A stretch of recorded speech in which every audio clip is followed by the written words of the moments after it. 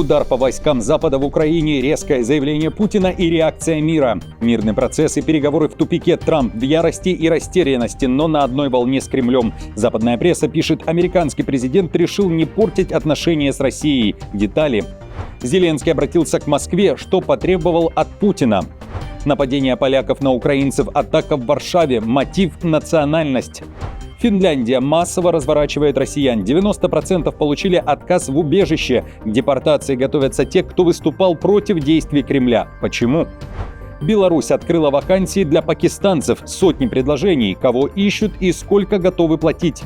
Скандал в Донецке. Людей, которые пожаловались Путину на страшные многолетние проблемы с водой, хотят отправить на допрос, кто инициатор.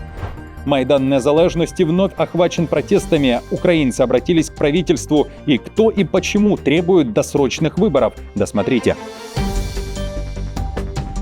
Всем привет, это «Время Прядко». Коротко, четко и по делу о том, о чем говорят в мире. Если вам есть что сказать, делитесь своими мыслями и отвечайте на мои вопросы в комментариях. За лайк и подписку буду благодарен. Время начать. Ксенофобский скандал и нападение. В столице Польши группа мужчин жестоко избила граждан Украины только за то, что они украинцы. Нападение произошло поздно вечером в одном из районов Варшавы. Агрессоры выкрикивали оскорбления на национальной почве и избили нескольких молодых людей. Женщина, сопровождавшая пострадавших, успела вызвать полицию и снять все на телефон, сообщают польские СМИ. Благодаря записи поляков задержали очень быстро. Уже в ту же ночь был пойман 41-летний мужчина, а на следующий день еще двое, 28 и 36 лет. У последнего нашли запрещенные вещества, и как рецидивист он рискует получить особенно суровый срок. После выходных делом занялся прокурор. 41-летнему предъявлено обвинение в участии в избиении. 28-летний ответит за избиение и нанесение телесных повреждений, оскорбление граждан Украины по национальному признаку, а также угроза свидетелю происшествия. Ему грозит до 5 лет лишения свободы. 36-летний также предстанет перед судом за избиение и оскорбление на почве национальной ненависти. Напомню, ранее новый президент Польши ветировал закон о помощи украинским беженцам. После этого одно из польских изданий, в частности газета «Выборча», писала, далее цитата, «Навроцкий показал свое антиукраинское лицо». Известно также, что Кароль Навроцкий, который является доктором исторических наук, предложил приравнять символику ОУН-УПА к символике нацистов и коммунистов, а также запретить ее демонстрацию в Польше. Литва готова стрелять и сбивать. Страна официально заявила, любое беспилотное вторжение противника встретит сиренами тревоги и готовыми к бою средствами ПВО. Вильнюс вводит желтый и красный уровень опасности. Граждан страны собираются оповещать не только сиренами, но и СМС-сообщениями. Новый алгоритм уже утвержден. При обстреле Украины Литва автоматически поднимает боевую готовность, военные и пограничники берут небо под контроль, а в случае угрозы готовы сбивать цели и нейтрализовать их любыми средствами. В случае вторжения, если будет установлено, что дрон может нести взрывчатку, скорее всего будет объявлена красная тревога. Если это произойдет, жители не должны удивляться, могут поступать не только оповещения на телефоны, но и включаться сирены и другие предупредительные меры. Решение приняли после инцидента в июле, когда в Литву залетели 2 российских дрона Гербера с территории Беларуси. Один нес 2 килограмма взрывчатки. Военные уверены, курс беспилотников был сбит средствами РЭП во время атак на Украину. Срочные переговоры состоялись. Зеленский встретился с премьером Словакии Фицо, который буквально на днях провел переговоры с Путиным в Китае. Находясь в украинском Ужгороде, Фицо заявил, он обсуждал с Путиным удары по нефтепроводу «Дружба». Кроме того, уверяет, что Словакия хочет хороших отношений с Украиной, желает мира, но как маленькая страна не может играть решающую роль в будущих гарантиях безопасности для Киева.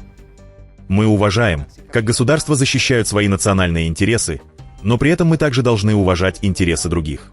Мы обсуждали с господином президентом Путиным вопрос атак на нефтяную инфраструктуру на территории Российской Федерации.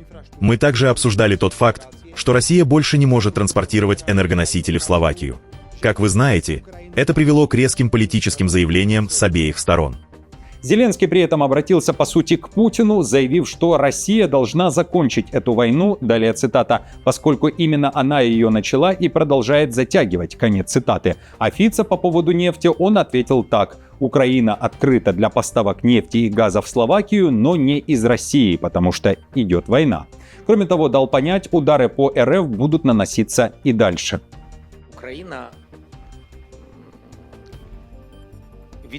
Украина отвечает на атаки России на наши энергетические объекты и будет продолжать это делать. Но мы действительно хотим, чтобы эта война закончилась. Однако никто не собирается просто сидеть в темноте и терпеть это. Накануне при этом Зеленский обсуждал и будущее членство Украины в ЕС, заявив, что даже Путин не против такого варианта, но до сих пор против Венгрии. На что в Будапеште резко отреагировали и ответили Зеленскому. Как? Давайте послушаем. В отличие от Зеленского, позиция Венгрии не диктуется из-за рубежа. Нам все равно, что Москва думает о членстве Украины в ЕС. Единственное, что нас волнует, это мнение венгерского народа, и они ясно высказались. Они не хотят видеть Украину в ЕС, поскольку это разрушило бы наших фермеров, наш рынок труда и нашу безопасность.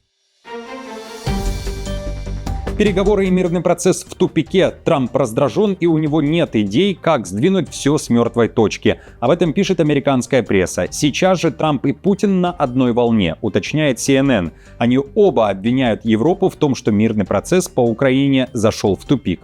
В американских медиа критикуют Трампа, называя его действия нелогичными и даже лицемерными. Тем не менее, как и многие позиции Трампа по войне, его давление на Европу содержит нелогичные и даже лицемерные элементы. В конце концов, он требует, чтобы Европа противостояла Китаю из-за его покупок российской нефти, в то время как сам не готов вводить санкции против Пекина. Соединенные Штаты ведут торговые переговоры с Китаем после того, как президент начал торговую войну с высокими тарифами, несмотря на довольно неблагоприятные для США условия. Трамп, похоже, не хочет делать ничего, что могло бы навредить его шансам на сделку. При этом еще одно западное медиа пишет о том, что Трамп, скорее всего, так и не введет никаких санкций против России, ведь его цель – сохранить отношения с Москвой. Осложнением могут быть отношения Трампа с Путиным. Он говорил своим советникам, что полон решимости не разрушить их, сообщили 2 человека, осведомленных о его комментариях. Еще со времен своего первого срока Трамп говорил, что в интересах Америки поддерживать цивилизованные отношения с российским коллегой, который управляет ядерным арсеналом. Внимание западной прессы приковано также к заявлению Путина, который накануне дал понять, удар России по западным войскам неизбежен. Но есть условия, если эти войска будут размещены на территории Украины. Поэтому если там будут появляться какие-то войска, особенно сейчас, в ходе ведения боевых действий, исходим из того, что это будут законные цели для их поражения.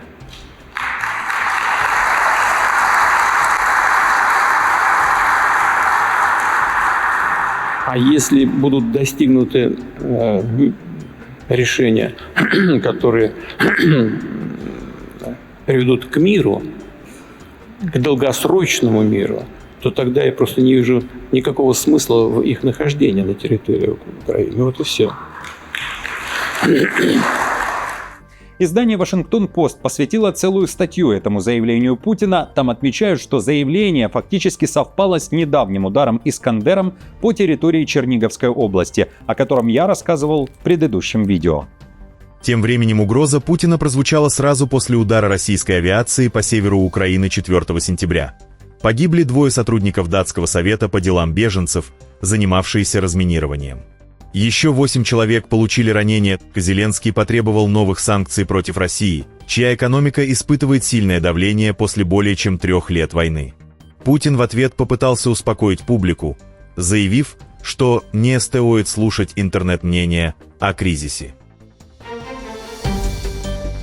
Майдан Незалежности вновь охвачен протестами. Митинг в центре Киева вспыхнул из-за законопроекта 13452, которым предусмотрено ужесточение наказания для военнослужащих за неповиновение командованию и самовольное оставление части. Верховная Рада приняла его уже в первом чтении.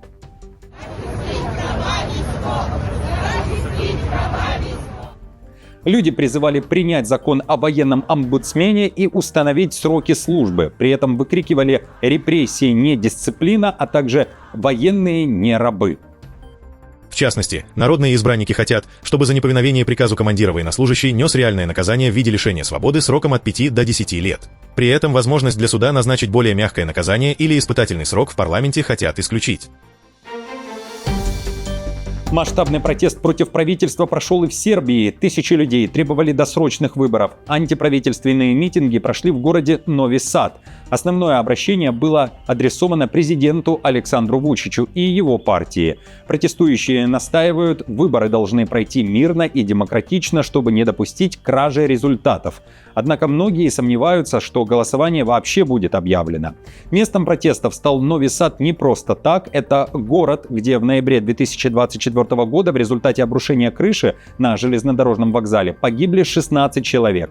По словам протестующих, трагедия стала следствием коррупции и бездействия властей. Напомню, ранее Вучич называл протесты в стране, а они проходят там регулярно после трагедии, частью попытки цветной революции. Финляндия массово разворачивает россиян. 90% получили отказ в убежище. Хельсинки ужесточает правила. С января по сентябрь депортированы 104 гражданина России, ранее получивших отказ в убежище в этой стране. По данным полиции, 9 из 10 заявок на убежище отклоняются. Особенно жестко финские власти относятся к тем, кто просит защиту из-за риска мобилизации в России. И вот почему. Финские власти, однако, отказывают им в убежище, ссылаясь на то, что мобилизация в России закончена. Формально, однако, это не так. Указ о мобилизации продолжает действовать, и призыв по ней, прекращенный в ноябре 2022 года, может возобновиться в любой момент. Представительница миграционной службы Финляндии Ану Карпи в конце апреля 2025 года заявляла, что, согласно Конвенции ООН, согласно которой сама по себе угроза службы в армии не является причиной для предоставления убежища. Тем временем многие из россиян, обратившихся за защитой, уже открыто выступали против действий Кремля и теперь возвращение в Россию считают опасностью для своей жизни. Тем временем Польша не снижает градус. Действие буферной зоны на границе с Беларусью продлено до 4 декабря. Буферная зона – это закрытая территория вдоль границы, куда запрещен доступ посторонним. Там могут находиться только пограничники, военные, полиция и местные жители, у которых там жилье или работа. Буферная зона появилась после трагического инцидента. Польский пограничник погиб от удара ножом, когда иностранец пытался прорваться в Польшу, штурмуя белорусско-польскую границу. Буферная зона на границе с Беларусью продлена до 4 декабря. Благодаря эффективным действиям служб и несмотря на растущее давление на польско-белорусской границе, ее защищенность составляет почти 98%. Безопасность польских граждан остается приоритетом правительства. Тем временем границы Беларуси открыты для 150 тысяч пакистанцев, о которых в свое время говорил Лукашенко. Иностранцев ждут в республике из-за нехватки трудовых ресурсов, что признавали в Минске. На сайте Пакистанского бюро эмиграции и трудоустройства за рубежом появились вакансии, которые открыты для мигрантов в Беларуси. Предложений как минимум 250, ищут сварщиков, штукатуров, бетонщиков, плотников. Кроме того, нужны люди для переработки рыбы и морепродуктов. Зарплата от $500 до $600 в месяц. Обращение к Путину жителей Донецка из-за тяжелой ситуации с отсутствием воды – это провокация с целью дестабилизации, и недовольными должна заняться полиция. Об этом заявил депутат из «Единой России». Скороходов считают, что людьми, которые осмелились жаловаться на то, что они уже несколько лет без воды, кто-то управляет извне, и свое недовольство необходимо придержать, чтобы не радовать Лондон. Вот смотрите, вышел этот ролик с обращением к президенту. Да, а в принципе это обращение к людям выйти на улицы. Призыв к массовым выступлениям против власти, дестабилизации обстановки. В это же время у нас в Донецке появляются листовки какого-то направления. Это одновременно все происходит, одномоментно все происходит. В это же время у нас скручиваются краны. То есть воды нет. Вы даже с кранами не можете. То есть и для того, чтобы дестабилизировать обстановку, это целые технологии. Это целые технологии, которые сейчас пытаются здесь применять какие-то заинтересованные лица. Я уверен, что правоохранительные органы дадут этому оценку и выяснят, и предпримут шаги для того, чтобы дестабилизация обстановки на пользу Украине, Лондону, еще кому-то здесь не было.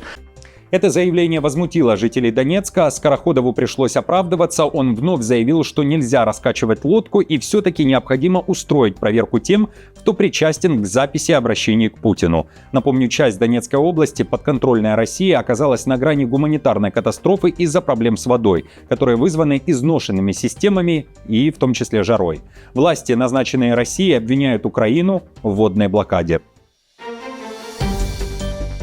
Наказание за взрывную шутку. Гражданин Узбекистана решил повеселить сотрудника аэропорта в Алматы и на стойке регистрации заявил, что в его багаже атомная бомба. Далее жесткий протокол и мгновенная реакция на заявление 18-летнего юноши. Его шутка, как сообщают правоохранители, нарушила общественный порядок, вызвав беспокойство среди пассажиров. И как результат – ответственность. За решетку в Казахстане парня не отправили, но действия признали мелким хулиганством и решили оштрафовать на 78 640 тенге. Это примерно $150. По данным Департамента полиции на транспорте при МВД Казахстана, шутников, а точнее нарушителей, встречается достаточно много. В 2025 году за различные нарушения порядка с поездов и самолетов были сняты 900 человек, большая часть из которых за распитие спиртных напитков. Друзья, на этом все. Спасибо вам за просмотр. До встречи уже завтра. Не забудьте подписаться на канал и поставить лайк этому видео. А я напомню, новости за неделю собраны в плейлист. Переходите и смотрите.